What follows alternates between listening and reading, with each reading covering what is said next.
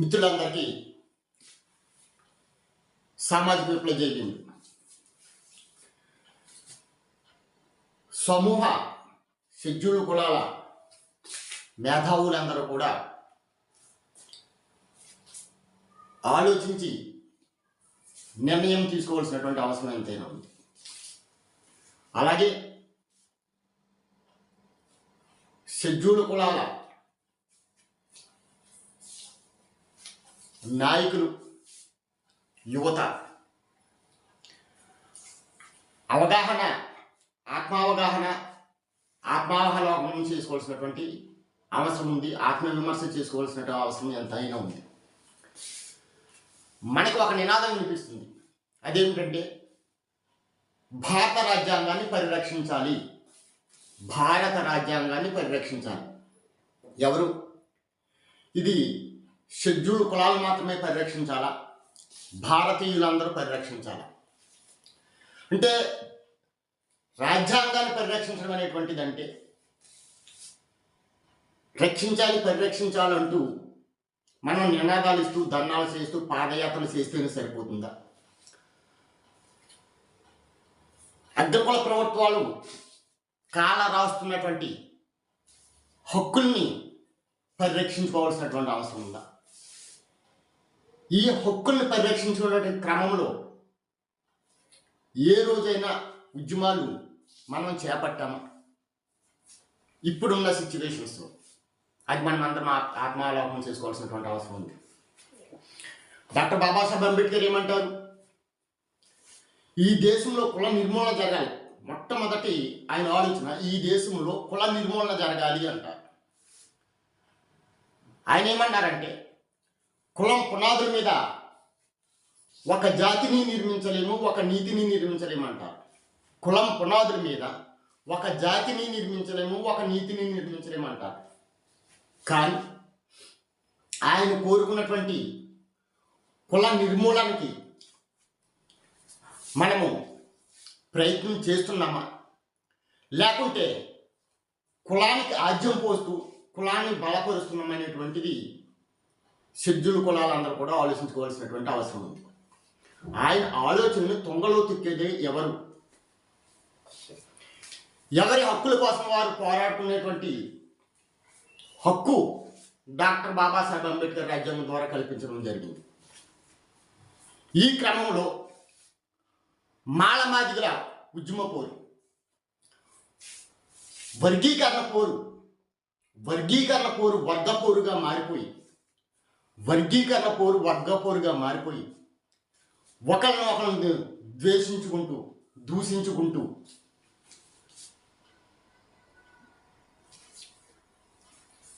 ఏ స్థాయికి దిగజారిపోయామంటే మనం ఏ కుల నిర్మూలన అయితే అంబేద్కర్ కావాలన్నారో మన పేరు చివర అదే కులాన్ని తగిలించుకుని ఉద్యమాలు చేస్తున్నటువంటి క్రమంలో మనం అంబేద్కర్ ఆలోచనలకి ప్రయత్నం చేస్తున్నామా? ఆయన ఆలోచన మనం సమాధి చేస్తున్నామా? ఒక్కసారి మనం గమనించాలి. అయితే ఇక్కడ వర్గీకరణ అన్ని పార్టీల ఎజెండా ఒకటే. ఫస్ట్ మనం అవగాహన చేసుకోవాల్సింది అన్ని పార్టీల ఎజెండా ఏంటంటే రిజర్వేషన్లను నిర్వీర్యం చేసేయాలి. అట్రాసిటీ కేసు తీసేయాలి. ఈ రిజర్వేషన్ నిర్వీర్యం చేసేయాలంటే రెండు, వర్గీకరణ. అన్ని పార్టీల ఎజెండా ఏంటి? వర్గీకరణ చేయాలి. ఇక్కడ మాలమాదిగులు కొట్టుకుని వస్తూనే ఉన్నారు. ఒక పెద్ద యుద్ధ వాతావరణమే ఏర్పడింది. 30 సంవత్సరాల కాలం. అయితే జీవితాంతం పోరు సాగుతూనే ఉంటుందా? ఒకసారి మనం ఆలోచించాల్సిన అవసరం ఉంది. మాదిగల రిజర్వేషన్లన్నీ మాలలు తినేస్తున్నారని ఒక ఉద్యమానికి తెరలేసింది. మరొక ఉద్యమానికి మాదిగ ఉపకులాల హక్కుల్ని కాల రాస్తున్నారని, మాలలందరూ మాల ఉపకులాల హక్కులు కాలరాస్తున్నారని ఏ ఆలోచనతో అయితే ఈ వర్గీకరణకి ఈ అగ్రకుల ప్రభుత్వాలు తెరలేపాయో అదేవిధంగా మరొకసారి తెరలేస్తే ఇంకొక 40-50 సంవత్సరాలు మనము ఇట్లా రోడ్ల మీద కొట్టుకుంటూ ఉంటాము. ఆ రిజర్వేషన్ ఇంప్లిమెంటేషన్ అయితే జరగదు. మరి ఎవరి హక్కుల కోసం వారు పోరాడడంలో తప్పు లేదు. కానీ ఏ రిజర్వేషన్ కోసం ఈరోజు మనం ఈ 30 సంవత్సరాల కాలాన్ని వృధా చేశాం? 30 సంవత్సరాల కాలంలో మాలమాది యువత భవిష్యత్తు ఏంటి? ఈ రిజర్వేషన్లు ఉన్న ఈ వర్గీకరణ పోరు జరుగుతుందని చెప్పి వాళ్ళు రిజర్వేషన్ ఇంప్లిమెంటేషన్ చేయరు, ఉద్యోగాలు ఇవ్వరు. ప్రభుత్వ సంస్థలన్నీ ప్రైవేటు పరం అయిపోతుంటాయి. అంటే ఉన్న రిజర్వేషన్లు నిర్వీర్యం అయిపోతున్నాయి. ఇక్కడ రిజర్వేషన్ లేకుండా చేయాలనే ఒక పథకం ప్రకారం ప్రభుత్వ సంస్థలన్నింటినీ ప్రైవేట్ పరం చేసేసి ఉన్న రిజర్వేషన్ని మనం కోల్పోతున్నటువంటి సమయంలో ఏ రిజర్వేషన్స్ కోసం మనం ఉద్యమం చేసాం ఇంతకాలం? అయితే ఎవరి హక్కుల కోసం వారు పోరాడుతున్నటువంటి సమయంలోనే ఈ రిజర్వేషన్ ఇంప్లిమెంటేషన్ కోసం ఈ రిజర్వేషన్ ఉద్యోగాలు అమలు చేయడం కోసం సమాజంలో సమానత్వం కావాలన్నా, సామాజిక భద్రత కావాలన్నా విద్య తప్పనిసరి అని డాక్టర్ బాబాసాహెబ్ అంబేద్కర్ అంటారు. మరి అటువంటి విద్య ఈరోజు ప్రాథమిక దశలోనే దూరమైనటువంటి పరిస్థితి మనకు కనిపిస్తూ ఉంటుంది. ఈ గ్రామ స్థాయిలో చూసినట్లయితే ప్రాథమిక విద్య ఎక్కడ కానరావట్లేదు. 150 మంది సుమారు ఉండేటువంటి పిల్లలు ఉండేటువంటి ఒక గ్రామంలో ఈరోజు 10-15 మంది పిల్లలు మాత్రమే ఉంటున్నారు. ఈ ప్రాథమిక హక్కు ఏమవుతుంది? ఇది విద్య ప్రైవేట్ పరం అయిపోయింది, ఇండైరెక్ట్గా ప్రైవేట్ పరం అయిపోయింది. ప్రైవేట్ స్కూల్స్లో మనకి డబ్బున్నా లేకపోయినా అప్పులు చేసి ప్రైవేట్ స్కూల్లో జాయిన్ చేయడానికి ఇష్టపడుతున్నామే తప్ప విద్య మాకు ప్రాథమిక హక్కు, గ్రామ స్థాయిలో దాన్ని ప్రతిష్టం చేయాలనేటువంటి ఒక ఉద్యమాన్ని మనం చేయలేకపోతున్నాం. అవసరమైతే అప్పులు చేసి పిల్లల్ని చదివించడానికి ప్రైవేట్ స్కూల్ ఇష్టపడుతున్నాం తప్ప దాని మీద ఉద్యమం చేయలేకపోతున్నాం. ఎందుకు చేయలేకపోతున్నాం? ఇది డాక్టర్ బాబాసాహెబ్ అంబేద్కర్ మనకు కల్పించినటువంటి హక్కు కాదా? దాన్ని రక్షించుకోవాల్సినటువంటి అవసరం మనకు లేదా? ఇకపోతే అప్పట్లో ఉన్నటువంటి పరిస్థితుల్లో దళిత క్రైస్తవుల్ని బీసీ మైనారిటీలుగా చేర్చడం జరిగింది. అయితే ఈ రోజున ఎక్కడ చూసినా కానీ దళిత క్రైస్తవుల మీద విపరీతమైనటువంటి దాడులు జరుగుతున్నాయి. ఆ దాడులు ఏమిటి? మతం పేరుతో కులం మీద జరుగుతున్నటువంటి దాడులు. డాక్టర్ బాబాసాహెబ్ అంబేద్కర్ అందరికీ హక్కులు కల్పించారు కదా. మరి ఇటువంటి దాడులు మనం ఖండిస్తున్నామా? దీని మీద మనం పోరాటం చేస్తున్నామా? ఇంకా మనకి ఒక హేతువాదిగా ఈ మత నమ్మకాన్ని, ఈ మూఢనమ్మకాన్ని నేను ప్రోత్సహించకపోవచ్చు, కానీ రాజ్యాంగబద్ధంగా డాక్టర్ బాబాసాహెబ్ అంబేద్కర్ కల్పించినటువంటి ఒక హక్కు ఈరోజు మతం ముసుగులో వాళ్ళు విపరీతమైనటువంటి అట్రాసిటీ కేసులకి తయారవుతున్నారు. దీన్ని ఎందుకు ఖండించలేకపోతున్నాం? ఇది రాజ్యాంగ హక్కే కదా. ఇటువంటి సమస్యలు, అనేక సమస్యలు ఉన్నాయి కదా. ఈరోజు నెక్స్ట్ అట్రాసిటీ కేసు, షెడ్యూల్ కులాల అట్రాసిటీ కేసు. ఈ అట్రాసిటీ కేసు పూర్తిగా నిర్వీర్యం అయిపోయింది. ఎంత నిర్వీర్యం అయిపోయిందంటే కోర్టు మెట్ల వరకు కూడా వెళ్ళినటువంటి పరిస్థితి అయిపోయింది. కోర్టు మెట్ల వరకు వెళ్ళినా కానీ ఆ సాక్షులను కొనేయడము, దాన్ని నిర్వీర్యం చేసేయడం జరుగుతుంది. ఎంతటి దౌర్భాగ్యమైనటువంటి పరిస్థితులు మనం ఉన్నామంటే గ్రామ స్థాయిలోనే దళిత నాయకులే ఏదైనా ఒక అట్రాసిటీ కేసు జరిగితే దాన్ని అక్కడే నిర్వీర్యం చేసేస్తున్నారు. ఇంతటి దుర్మార్గమైనటువంటి వ్యవస్థని ఎప్పుడూ ఎక్కడా కూడా మనం చూడలేదు. ఇవన్నీ మనకు ఉన్నటువంటి హక్కులే కదా. మరి వీటి కోసం ఎందుకు పోరాటం చేయలేకపోతున్నాం? ఎందుకు పోరాటం చేయలేకపోతున్నామంటే రాజకీయ బానిసత్వాన్ని సంతరించుకున్నటువంటి దళిత నాయకులు ఉండడం వలన, రాజకీయ బానిసత్వాన్ని సంతరించుకున్న దళిత నాయకులు ఉండడం వలన, లీడర్షిప్, వీళ్ళు ఇక్కడ కులానికి నాయకత్వం వహిస్తారు, అక్కడికి వెళ్ళి ఒక పార్టీకి నాయకత్వం వహిస్తారు. ఎవడబ్బది ఈ పార్టీ? ప్రతి పార్టీలు ఏ పార్టీ చూసుకున్నా కానీ ఈ రిజర్వేషన్ ఇంప్లిమెంటేషన్ జరగదు, ఈ అట్రాసిటీ కేసులు ఆగవు, ఈ దౌర్జన్యాలు ఆగవు. కానీ ఏ పార్టీకైనా సరే తొత్తులుగా పనిచేయడానికి మనం ఇష్టపడతామే తప్ప ఆ పార్టీ నుంచి బయటికి రాము. ఆ పార్టీ నుంచి బయటికి రాకుండా మన ఉద్యమాలు చేపట్టం. ఇది మన దౌర్భాగ్యమైన పరిస్థితి. ఒక పార్టీ వాడు దళితులకు అన్యాయం చేస్తూ ఉంటే అదే పార్టీలో ఉంటూ ఇక్కడ ఒక దళిత నాయకుడిగా ఉద్యమం చేస్తాడు. ఆ పార్టీని మాత్రం ప్రశ్నించడం, ఆ నాయకుడు మాత్రం వీడు ప్రశ్నించడం. ఎందుకంటే అక్కడ బానిసత్వం సంతరించినటువంటి నాయకత్వం ఉంది కాబట్టి. ఇంకా దౌర్భాగ్యమైనటువంటి పరిస్థితి ఏంటంటే వీటన్నిటికీ ప్రధాన కారణం ఏంటంటే రాజకీయ రిజర్వేషన్ వల్లనే, నా దృష్టిలో కేవలం రాజకీయ రిజర్వేషన్ వలన ఈ అట్రాసిటీ కేసులు ఫెయిల్ అవ్వడానికి కారణమవుతుంది.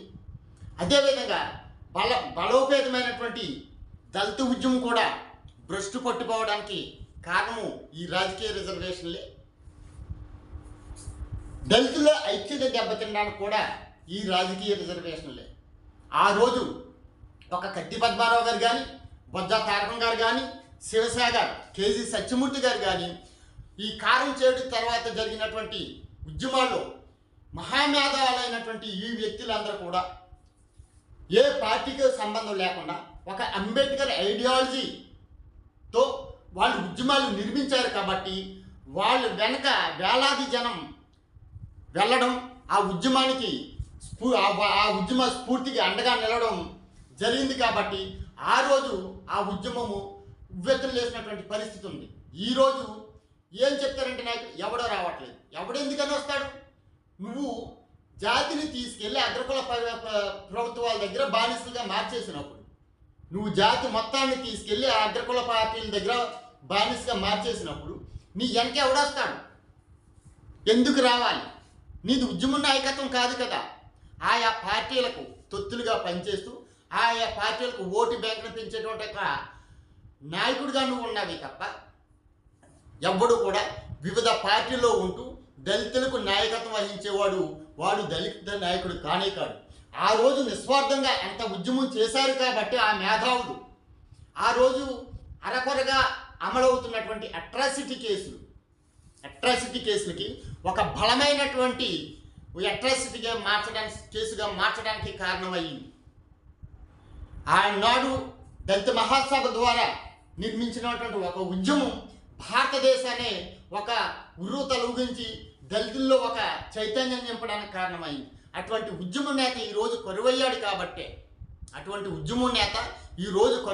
కాబట్టే ఈరోజు ఈ దుస్థితి ఉంది.